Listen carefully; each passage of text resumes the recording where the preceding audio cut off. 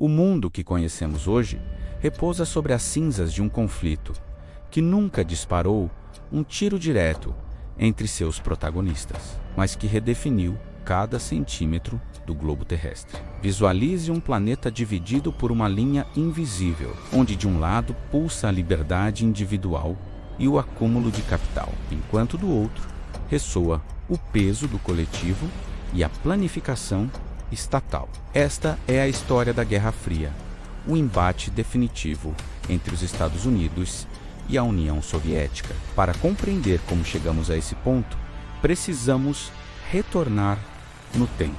Pense na organização das civilizações muito antes de Cristo, onde o poder era medido por terras e espadas. Avance agora para 1945. A fumaça da Segunda Guerra Mundial ainda cobria a Europa quando duas superpotências emergiram do caos. Os Estados Unidos, com sua economia intacta e o monopólio da energia nuclear, apresentavam ao mundo o sonho americano. A União Soviética, apesar de ter perdido milhões de vidas, ostentava o exército mais temido do continente e uma ideologia que prometia o fim das classes sociais. Considere a arquitetura desses dois sistemas. O bloco capitalista, liderado por Washington, fundamentava sua força no livre mercado. Ali, o sucesso dependia da iniciativa privada e da competição.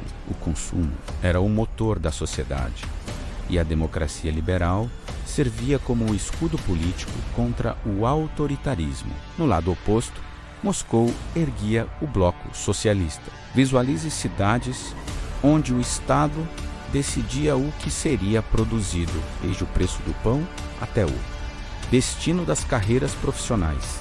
Era um sistema que buscava a igualdade absoluta através do controle total, eliminando a propriedade privada para garantir que ninguém ficasse para trás, ainda que isso custasse a liberdade de escolha. Atenção, se materializou em Berlim, uma cidade partida ao meio que se transformou no símbolo máximo dessa ruptura. O Muro de Berlim não era apenas concreto e arame farpado, era o ponto onde duas visões de mundo colidiam. Enquanto o lado ocidental brilhava com luzes de neon e prosperidade comercial, o lado oriental mantinha uma sobriedade austera. A inteligência artificial de nossos dias teria dificuldade em processar o volume de dados de espionagem que circulava por aquelas ruas. Agentes secretos e informantes transformaram a desconfiança em uma arte onde cada descoberta tecnológica era uma vitória na batalha pela supremacia. A disputa não se limitou ao solo. Visualize os imensos foguetes rasgando o céu em direção ao desconhecido. A corrida espacial foi a vitrine da capacidade técnica de cada bloco. Quando o Sputnik orbitou a Terra, o pânico tomou conta do Ocidente. Quando o homem pisou na Lua, o capitalismo reafirmou sua narrativa de progresso infinito. Cada satélite lançado era um lembrete de que o inimigo estava observando de cima. Nas periferias do mundo, a guerra era quente. Vietnã, Coreia e diversas nações na África e América Latina viraram tabuleiros de xadrez humano, onde uma superpotência financiava uma revolução, a outra armava a resistência. Milhões de pessoas viveram sob a sombra constante de uma aniquilação nuclear que poderia ocorrer a qualquer momento. O medo era o combustível que mantinha as fábricas de armas operando em capacidade máxima. Considere o impacto cultural desse período. O cinema, a música e a literatura foram usados como ferramentas de propaganda.